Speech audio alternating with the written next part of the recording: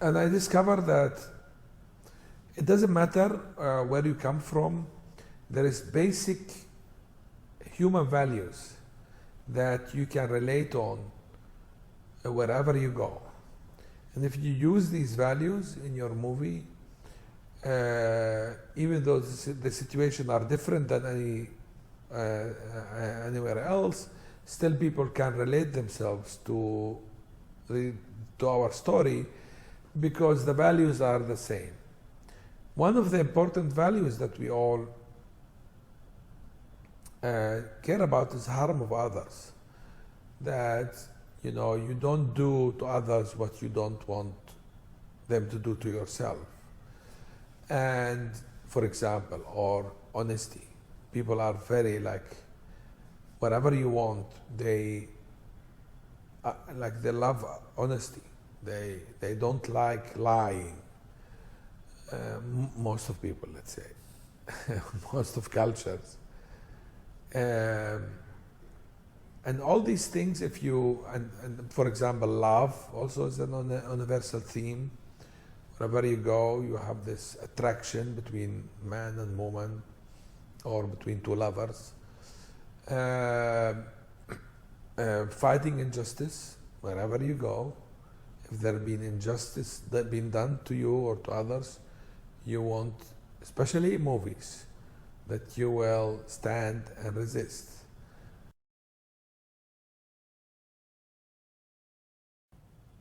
The shoot was supposed to be in Jenin, in the West Bank, because we can't shoot in Gaza. To bring the kids from Jenin, to bring the kids from Gaza to Jenin was very difficult. At the end, just 2 days before start shooting, the Israeli authority allowed the kids to go outside of Gaza. And we were very happy because now we know that we can make the movie with the kids from Gaza. It was bad, on the other hand, because we did not have the chance to do any kind of rehearsal with the kids before start shooting. And it was, actually you can see on the first days of shooting, their performance were less, let's say were not less good than the end of the shoot. And the last days of the shoot, they become very professionals.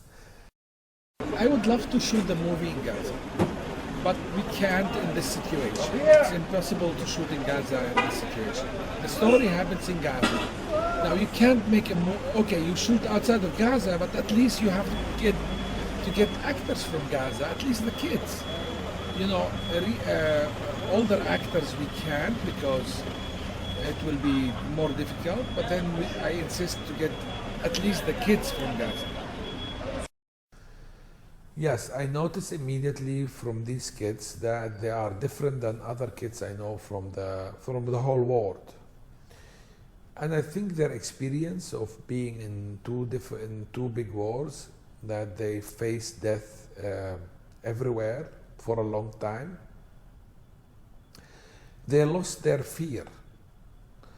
And I could, and by the way, when you lose your fear, you live better. Like you could see they become more adult than other kids. They can have a conversation with you as an adult, and I was amazed by their wisdom. I was amazed by their braveness. They were very brave, like to do what normal kids couldn't dare to do. And again, I think because when you lose your fear, you live better. You can enjoy life even better, because I think the psychology of that is that most of people are afraid to lose their life. But when you know you can lose your life any second, you enjoy the moment better. You can really think any moment I'm getting more from this life is just a win. Working in Palestine is not easy for me. I am almost at the end of every movie, I swear that I'm not going to direct a movie anymore. It's very tough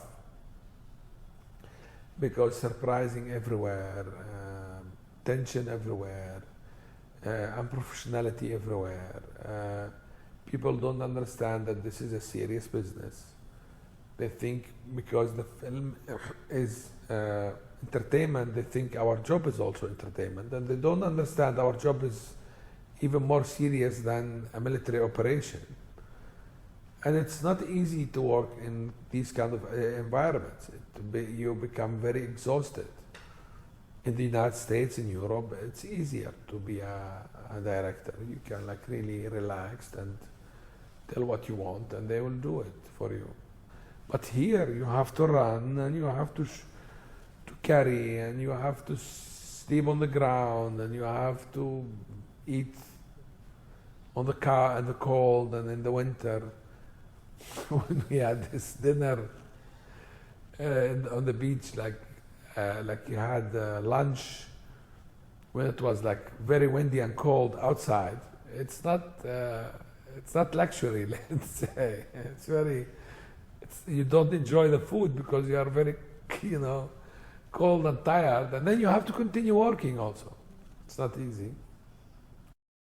Most of the decision makers in this movie are Palestinians. The head of production design, the head of the cinematography, Ihab, Nail, the head of the production design, Baher is the head of the execution, production execution. Decision makers are Palestinians. Some technical jobs like key grip, like gaffer, like focus puller, like first ED, being done by foreigners, Americans, French. Like the biggest fear to any director, I think, the fear of failing, to any human beings, that they might fail, they might not succeed to reach what they want in this project. And I have to be honest, I've lost my fear for failing. I don't mind to fail, but what I want is adventure. And when you are adventurous, you might fail because it's very difficult what I'm doing in this movie, which is making a very sentimental story. It's a very kind of sweet story combined with very harsh situation. I don't know if you can manage. It's not easy to connect these two unconnected elements.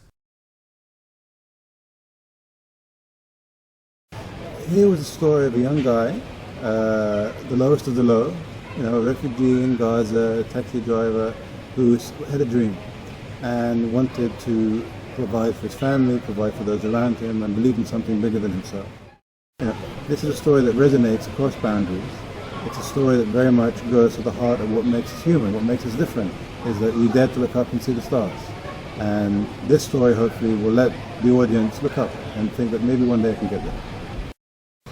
And despite what we see in the news, and despite some of the horrors which have been committed on our name, we wanted to get back to the humanity of it all, and to show that in the same way that a kid from Gaza can dare to dream and succeed, so could a kid from Ohio, or a kid from Moscow, or a kid from Beijing, or Barcelona. It's rare to have an opportunity when you can marry the perfect filmmaker to the perfect subject material, and we have that with Hani. Hani's a filmmaker, someone who I've been very close to for over a decade on a personal level. And I always wanted to make a film with him, and he was always my first choice. I actually waited for a year for him. He was actually busy with other projects, and the kind of gods worked in our favor, and actually stars aligned, and he became available. And he was also coincidentally in love with the story too, and he very much followed it and very much cried and laughed with everyone else and celebrated that kind of victorious moment. So when Hani said that he was available to do this, it was a no-brainer, because Hani's a filmmaker who, it's very rare to find a filmmaker who both understands narrative and understands excitement and tension, but also is able to imbue his work with heart and soul and emotion. And Hani is one of those rare filmmakers who can do that. He very much is about the emotion, about drawing in the audience, making them care about their characters, making them empathize and feel with them. And at the same time, he creates a roller coaster, a journey for you that kind of propels you from start to end, where you don't know everything that's going to happen. There are twists and tales. And at the end, we hope certainly a big elation with the feel-good moment. It was always very important for him to actually find kids from Gaza themselves, rather than simply Palestinian kids or Arab kids. He specifically wanted kids from Gaza so that their faces could tell the story in ways that words never could. Their looks, their experiences, their own emotions will give a natural depth to every scene they're in. And luckily we found these 4 miracle kids in Gaza, of course never acted before, and yet these 11-year-olds were able to do more than we could ever imagine. Kais, who plays the young Muhammad Asaf, is just a miracle, his face, his demeanor, his mannerisms. But we also had the challenge of finding the grown-up Asaf, or at least the actor that personifies that character. Taufeeq Barhoum was someone who I was aware of. I'd seen his work. I was always very impressed with him, a very talented young man. And we spoke to him, and we were immediately taken by his passion, and his sensitivity, and his range, and he has incredible eyes which just drag you in, they're like magnets. And once you see him on camera, the camera loves him. He's a very internal actor. He's very minimal. He doesn't overact. He doesn't need to, because he has such power behind his eyes that they just drag you to the center of the screen. So they're able to have a character like that who has this amazing arc from this, kid with limited opportunities who yet dares to dream, and yet he has this incredible journey physically and emotionally. And you needed an actor that can transform that can transform himself from one thing to another. And Taufeeq has that. Taufeeq has that side of him that's playful. He has a side that's very serious. He has a side that can be quite physical and also quite fragile and vulnerable. So it's rare again to find in one actor so many different facets. Hani, it was very clear that he wanted to work with his team. And Hani has developed in Palestine an infrastructure of super talented filmmakers. From the DPs, to the line producers, to the costume, to the light, to the art. He has very much a local team. And it was a case of we never wanted to just simply bring in foreign crews, even though of course they're very talented foreign crews. We very much wanted it to be a Palestinian crew. And that's why 95% of the crew is Palestinian, if not more. And even in Jordan, we work with very much local crews now. At the top of that tree is you have Asad, the DP, who has known Hani for 20, 30 years. They've worked together in the same neighborhood. And Hani has seen Ihab grow. As Hani has grown into a filmmaker of world stature, so has Ihab grown into a DP of the highest possible repute. He's a fantastic filmmaker, and he really has control over the movement. He's able to execute Hani's vision, which can be demanding. And yet Ihab almost second guesses and knows what Hani wants to do with the shot. He has this way, this control over the frame, the movement. It's this kind of, I used like to call it controlled movement, whereby we're always moving slightly, but it's always maintained, it's in focus, it's tense. It's like a caged energy. We are part of the producers of the movie, NBC. I run NBC channel, so we're involved in that way as well. And I guess my role as a judge on this movie is derived from my role in real life as a judge on Arab's Got Talent, another talent show, a sister or a brother or sister to Arab Idol, done by the same company. And I'm excited to be part of it. How important are these shows to the Arab world, do you think? Like they're massively popular.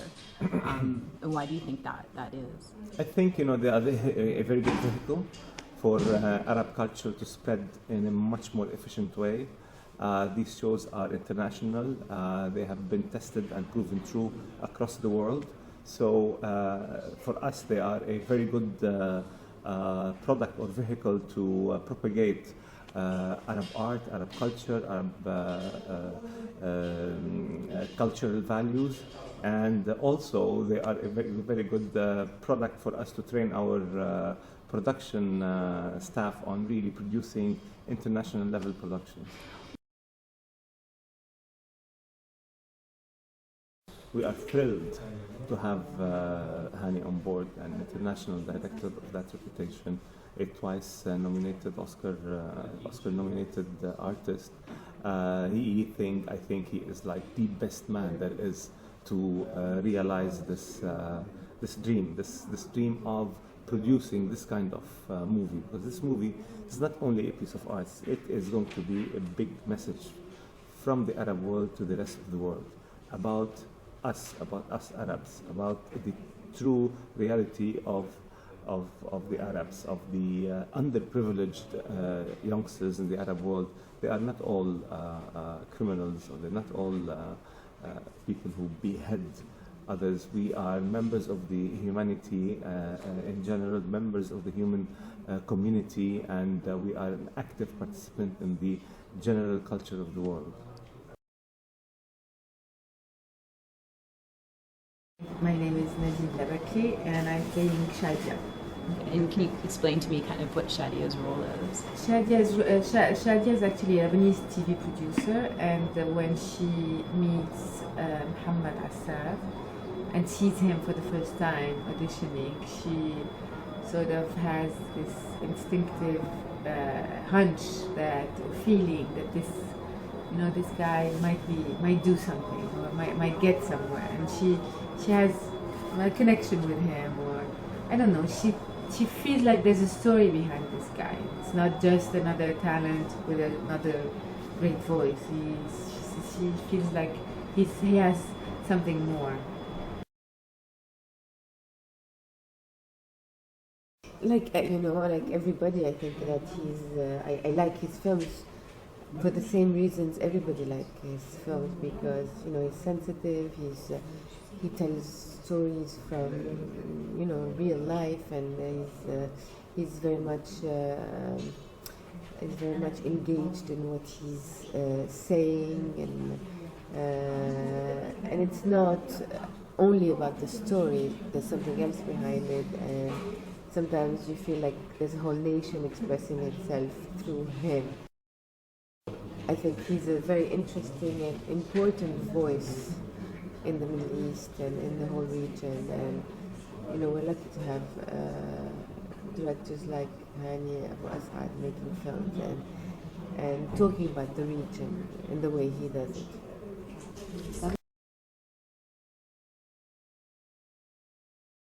بنفع يعني صوت واحد من فلسطين يطلع برا البلاد.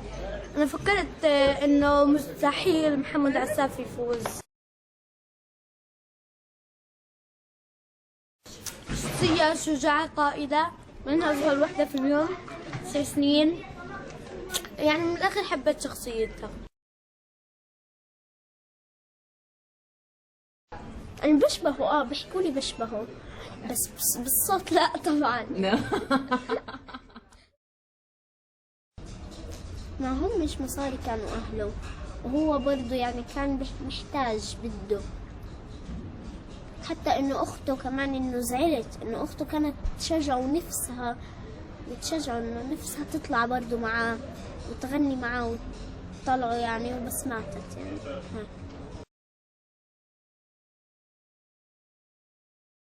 Muhammad Assaf, there's one, and you can't replace him.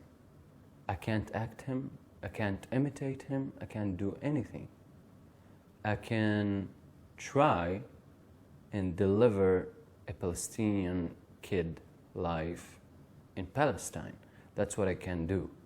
But the pressure is from a different aspect, from the aspect which we're talking about, which is Muhammad Assaf is a really big icon for Palestinians, and not only for the Arab world. And it's not easy. But bottom line, when I thought about it for days and days, and I was like, how am I gonna hold this thing? I said, I need to let it go, because you can't control everybody. You can't please everybody. You need to please the emotions in the picture. If you get the audience from a frame to frame till the end, you succeeded. He called me at, it was 11 p.m. and he was in the middle of a complicated shootings, and I was sensing that and hearing that. Hey, Tawfiq, come, are you coming? Come today. Okay, bye. And that's it. That was the yes, you know, because we didn't have much time, so that's the experience of getting this part. Maybe I'll realize it after the movie, but no, I didn't have much time. The script is written straightforward, and the only thing I needed to know from Hani and he needed to know from me, if we understood each other, if I understood what he wants to deliver. But the whole process was like really easy of preparation, because we can understand each other really fast. I mean, after even the shootings themselves, you can see me and Hani, like it's a cut and we need to do it again. We both know that what is the mistakes, what we need now, which we didn't have from the previous take. So yeah, that's basically it. We were shoot and run, and I have to say we're really lucky. Even with the childhood phase, I mean, those children didn't have permission to get in until 2 days before shootings. They haven't been trained, they haven't been taught anything, and all of a sudden I'm coming to their shootings and seeing those gorgeous children acting so professionally, especially Hiba and Kais. We're fucking lucky.